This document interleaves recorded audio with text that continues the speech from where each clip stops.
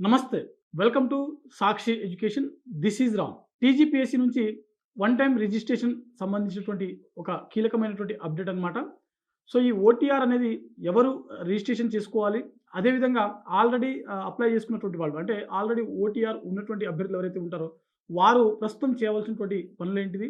అదేవిధంగా కొత్తగా ఎవరైతే ఓటీఆర్ రిజిస్టర్ చేసుకోవాలనుకునేటువంటి వాళ్ళు ఏం చేయాలనే విషయాల గురించి ఈ వీడియోలో కంప్లీట్‌గా తెలుసుకుందాము.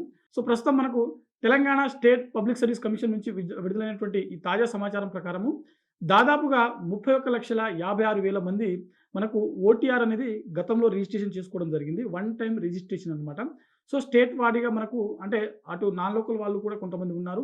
అదేవిధంగా దీంట్లో ఆల్రెడీ ఎంప్లాయీస్ అంటే గ్రూప్ 1, గ్రూప్ 2, గ్రూప్ 3, గ్రూప్ 4 అదేవిధంగా తెలంగాణ ఎస్ఐ, పోలీస్ సంబంధించినటువంటి కానిస్టేబుల్ సంబంధించిన ఉద్యోగాలకు ఎంపికైనటువంటి అభ్యర్థులు కూడా ఈ ఓటీఆర్ అనేది గతంలో రిజిస్ట్రేషన్ చేసుకున్నటువంటి వాళ్ళు ఉన్నారు. సో, ఓవరాల్‌గా తెలంగాణ రాష్ట్రంలో ఉన్నటువంటి టీజీపీఎస్సీకి ప్రస్తుతం ఉన్నటువంటి ఈ ఓటీఆర్ రిజిస్ట్రేషన్స్ మొత్తం వచ్చేసరికి దాదాపుగా 31,56,000 మంది ఉన్నారు. అయితే వీళ్ళందరూ చేయాల్సినటువంటి విషయం ఏంటంటే అభ్యర్థులు ఖచ్చితంగా మీ యొక్క ఓటీఆర్‌లో అనేది ఒకసారి ఎడిట్ చేయాల్సి ఉంటుంది. ఇందులో మీ యొక్క డీటెయిల్స్ ఏవైతే ఉన్నాయో మీ పర్సనల్ డీటెయిల్స్ అంటే మీ హౌస్ సంబంధించిన అడ్రెస్ కావచ్చు, అదేవిధంగా మీ వ్యక్తిగత సంబంధించినటువంటి సమాచారం కావచ్చు. ఇవన్నీ కూడా ఖచ్చితంగా మీరు అప్డేట్ చేసుకోవాల్సి ఉంటుంది. ఒకవేళ మీకు ఖచ్చితంగా అంటే మారలేదు సేమ్ అడ్రస్ ఉన్నట్లయితే మీరు నెక్స్ట్ ప్రాసెస్ అనేది వెళ్ళిపోవచ్చనమాట. సో, మీరు ఓటీఆర్ అనేది రిజిస్ట్రేషన్ స్టార్ట్ చేసినప్పుడు మీరు లాగిన్ చేయగానే ఫస్ట్ మీకు మీ యొక్క వ్యక్తిగత డీటెయిల్స్ అనేది అక్కడ కనిపిస్తుంది కాబట్టి, ఒకవేళ అక్కడ ఏదైనా అడ్రస్ గనుక ఏమైనా మార్చాల్సినటువంటి అవసరం లేకపోతే నెక్స్ట్ వెళ్ళిపోవచ్చు. ఒకవేళ మార్చాల్సినటువంటి అవసరం ఉన్నట్లయితే ఖచ్చితంగా మార్చాల్సి ఉంటుంది. ఓకేనా? సో, మీరు మారినట్లయితే అంటే మీ అడ్రస్ మారినట్లయితే.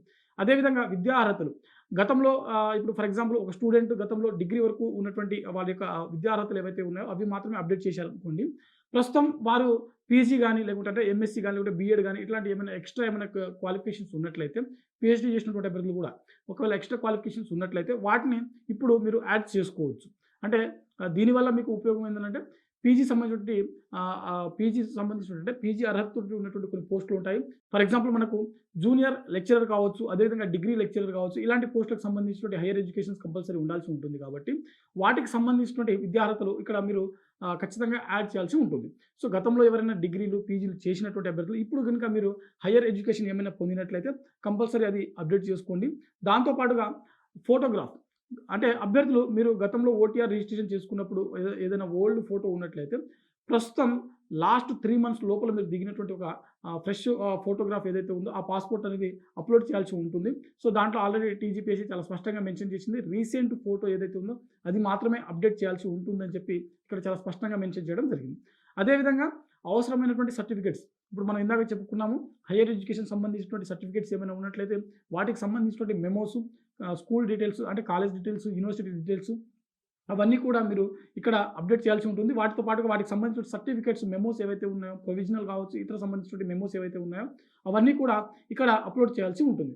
అదేవిధంగా మీకు సంబంధించినటువంటి ఎక్స్‌ట్రా సంబంధించినటువంటి ఏమైనా కోర్సెస్ ఉన్నట్లయితే డిప్లొమా సర్టిఫికేట్‌లు కావచ్చు, లేకుంటే for example Ambedkar open university గాని, అదేవిధంగా మనకు ఇగ్నో గానివ్వండి, ఇలాంటి యూనివర్సిటీల నుంచి ఏదైనా డిప్లొమా సర్టిఫికేట్‌లు మీరు పొందినట్లయితే వాటిని కూడా మీరు ఇక్కడ అప్డేట్ చేసుకోవడానికి ఒక అవకాశం ఉంటుంది. సో, వాటికి సంబంధించిన సర్టిఫికేట్‌లు కూడా మీరు అప్‌లోడ్ చేయాల్సి ఉంటుంది. సో, ఓవరాల్‌గా మనకు టీజీపీఎస్సీ విడుదల చేసినటువంటి ఈ ప్రెస్ నోట్ ప్రకారం ప్రస్తుతం మనకు వాస్తవానికి 9వ తేదీ వరకు మనకు వీటికి సంబంధించినటువంటి అప్డేట్ అనేది ఒక డేట్ అనేది డెడ్‌లైన్ ఇవ్వడం జరిగింది. అయితే దాన్ని పొడిగిస్తూ అభ్యర్థుల నుంచి వచ్చినటువంటి ఒక రిక్వెస్ట్ మేరకు ఫిబ్రవరి 25 వరకు పొడిగించినట్లుగా మనకు టీజీపీఎస్సీ అఫీషియల్‌గా అనౌన్స్ చేయడం జరిగింది. సో, ఎవరైతే టీజీపీఎస్సీకి సంబంధించినటువంటి ఎగ్జామ్స్‌కి ప్రిపేర్ అవుతున్నటువంటి అభ్యర్థులు ఉంటారో, అదేవిధంగా భవిష్యత్తులో గనుక మీరు పోటీ పరీక్షలకు ప్రిపేర్ అవ్వాలనుకున్నటువంటి అభ్యర్థులు ఎవరైతే ఉంటారో ఖచ్చితంగా ఈ అవకాశాన్ని వినియోగించుకోండి. అదేవిధంగా న్యూ ఓటీఆర్ కూడా ఎవరైతే రిజిస్ట్రేషన్ చేసుకున్నటువంటి అభ్యర్థులు ఎవరైతే ఉంటారో వారు చేసుకోవచ్చు. సో, మనకు యూజర్ మాన్యువల్ ఉంటుంది. అదేవిధంగా ఈ ఓటీఆర్ ఫామ్‌ని ఏ విధంగా ఫిల్ చేయాల్సి ఉంటుందనే విషయాల గురించి స్టెప్ బై స్టెప్ మనకు సాక్షి ఎడ్యుకేషన్‌లో ఒక వీడియో ఉంటుంది. సో, దాంట్లో కూడా మీరు చూడొచ్చనమాట.